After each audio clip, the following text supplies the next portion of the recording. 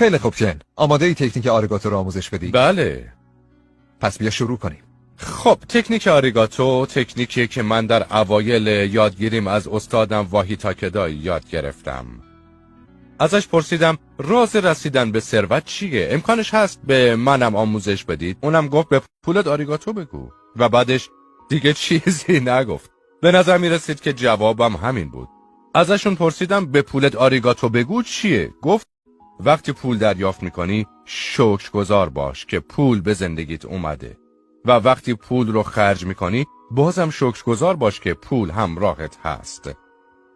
پس رازش همینه و نمیتونستم باور کنم. میخواستم توصیه های بیشتر و مهارت ها و تکنیک های بیشتر یاد بگیرم چون ایشون یکی از ثروتمندترین افراد در ژاپن بودن و قرار بود ترفندهای بزرگ بهم یاد بدن، ولی هی لبخند میزد و اون لحظه چیزی به زبانم نمی اومد که بگم. ولی بعداً من روزانه این تکنیک شکرگزاری بابت پولی که میاد و پولی که میره رو انجام دادم تا پولی که خرج میکنم به فرد بعدی برکت بده و همینطور به افراد بعدی که دریافتش میکنن.